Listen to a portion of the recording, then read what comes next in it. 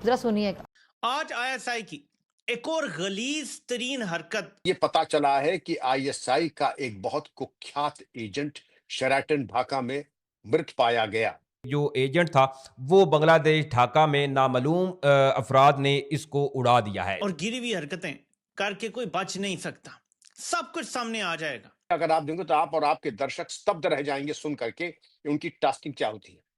वो हमारे लोकप्रिय प्रधानमंत्री की हत्या के लिए, मैं फिर कह रहा हूं कि अगर गलत किसी ने सुना हो, हमारे लोकप्रिय प्रधानमंत्री की हत्या के लिए। अगर एक संजीदा इंसान का ये माइंडसेट है तो आप लगा लें अंदाजा कि फिर जो कुरानी आयतें पढ़ के हिंदुस्तान के ऊपर न्यूक्लियर हमलों की धमकियां देता है उसका क्या माइंडसेट होगा। सर, जिस तरह से सीज फायर हुआ हमारे हमसाए मुल्क के साथ, आपको लगता है कि ये देर पा रहेगा? और आखिर ऐसी क्या वजह थी कि सिचुएशन यहाँ तक आ गई? ऐसा लग रहा है कि काबुल भी अब दिल्ली के रास्ते पर चलता हुआ नजर आ रहा है। पाकिस्तान का पानी बंद करने की साजिशें रची जा रही हैं। अब पाकिस्तान, ये अफगानिस्तान की कामयाबी है कि न्यूक्लियर स्टेट को वो घसीट के एक मल्टीलैटरल फोरम पे ले आया है। तो खुद की हकीकत जानना बहुत जरूरी है हर इंसान को, मुझे, आपको, जनरल साहिर शमशाद को, उनके चीफ को। मलेशिया का trip all of a sudden cancel किया है मोदी जी ने। पहले प्लान ये था कि वो जाएंगे, बट देन ऐसा क्या हुआ, पीछे से क्या ऐसी इंटेलिजेंस इनपुट आई जिसके बाद वो प्लान कैंसिल करके जयशंकर जी को भेजा जा रहा है। प्यूटन ने बेसिकली मोदी को कहा था कि आप अपनी जो विजिटर्स हैं या इसके अलावा अपनी सिक्योरिटी के हवाले से खास ख्याल रखें। जो आईएसआई एजेंट गया, जहन्नुम रसीद हुआ। आज एक जो ब्रेकिंग न्यूज आई और जिसने मेरे रोंगटे खड़े कर दिए हैं, मलेशिया का trip all of a sudden cancel किया है मोदी जी ने। पहले प्लान ये था कि वो जाएंगे, बट देन ऐसा क्या हुआ, पीछे से क्या ऐसी इंटेलिजेंस इनपुट आई जिसके बाद वो प्लान कैंसिल करके जयशंकर जी को भेजा जा रहा है और वो वर्चुअली अटेंड करेंगे। हमारे साथ जुड़े हुए हैं पूर्व DGP doctor Vikram Singh sir. बहुत सेंसिटिव मैटर है और बहुत जिस तरीके से डेवलपमेंट्स बढ़ रही हैं जियो पॉलिटिक्स में, लोग हताश हैं, निराश हैं। मोदी जी के रहने से ऐसा लग रहा है बहुत लोगों का खून खौल रहा है।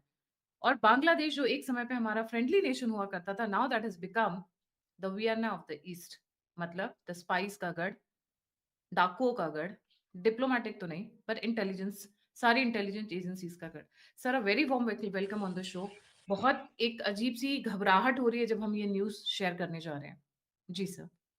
गायत्री जी नमस्कार। घबराहट डरपोकों के लिए शोभा देता है। वीर भोग्या वसुंधरा, जो शौर्य और शौर्य से उत्पन्न हुए हैं और जो शौर्य में जीते हैं, वो कभी डर क्या होता है इस सेंटिमेंट को जानते नहीं है।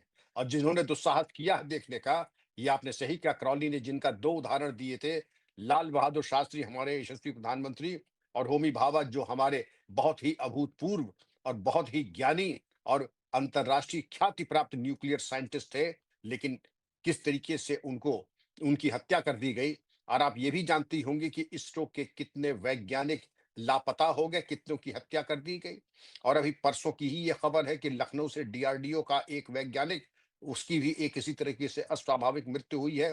तो ये चीजें देखने वाली है और एक एक चीज को कुरेद करके देखना पड़ेगा।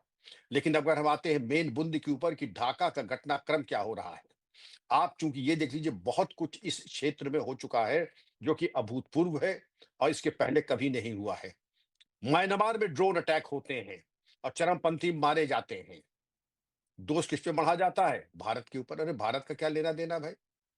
बांग्लादेश में कपड़े की एक गोडाउन में आग लगती है और कंजर्वेटिव एस्टिमेट बताते हैं कि $1 बिलियन से ऊपर का नुकसान बांग्लादेश के अर्थव्यवस्था को, इसके ऊपर का अर्थव्यवस्था का हो गया है। क्योंकि जो गारमेंट एक्सपोर्ट्स बांग्लादेश करता है, जिस मूल्य पे करता है, वो बांग्लादेश की न सिर्फ कमर तोड़ दी है, बल्कि वहां करके जो निर्यात उद्योग है उसकी कमर तोड़ दी गई है।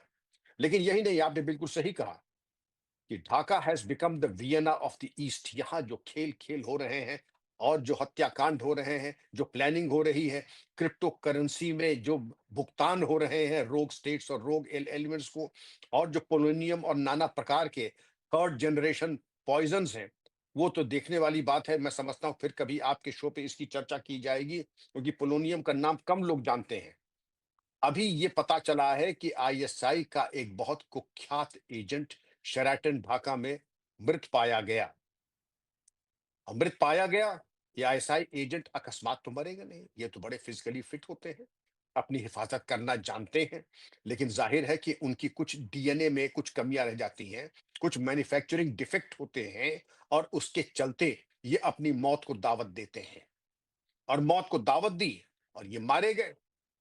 और इसके पहले के आलोक में अगर आप जाएं तो एक सीआईए का एजेंट था आरविल जैक्सन, और इसको सीआईए ने डिप्यूट किया था बड़े महत्वपूर्ण कार्य के लिए। और महत्वपूर्ण कार्य के अगर आप देंगे तो आप और आपके दर्शक स्तब्ध रह जाएंगे सुन करके कि उनकी टास्किंग क्या होती है। वो हमारे लोकप्रिय प्रधानमंत्री की हत्या के लिए, मैं फिर कह रहा हूं कि अगर गलत किसी न सुना हो, हमारे लोकप्रिय प्रधानमंत्री की हत्या के लिए। तो ये समझते हैं कि हमारे प्रधानमंत्री न हो गए, गिलहरी और गौरैया हो गए, जिसके मन में आया वो बाड़ा लगा करके या गुलेल से ही जा करके शिकार कर लेगा। अब होनी को क्या कौन टाल सकता है? हम लोग तो अहिंसावादी हैं।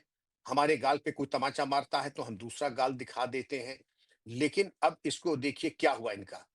ये मृत पाए गए अपने होटल में। ये मृत पाए गए, और इनका काम सिर्फ यही नहीं था प्रधानमंत्री मोदी की हत्या का षड्यंत्र करना, बल्कि इनका ये भी प्लान था कि यूनिस ऐसी बेपेंदे की लोटेस की सरकार से सेंट मार्टिन आइलैंड वो है, आप ये कैरेबियन वाला सेंट मार्टिन पे ना चली जाइएगा, ये बांग्लादेश के नॉर्थ ईस्ट में है, और नॉर्थ ईस्ट में इकलौता कोरल आइलैंड है। और इसकी एक जियोपॉलिटिकल एक बहुत बड़ा इसका महत्व है, और इसको अपने कब्जे में लेने के लिए अमेरिका बहुत दिन से प्रयासरत था, और अभी भी है, ये नहीं कि छोड़ दिया है। लेकिन वर्तमान परिस्थिति में गायत्री जी आप ये देखें कि ये जो हजरत थे, ये अरविल जैक्सन, ये भी मरे पाए गए।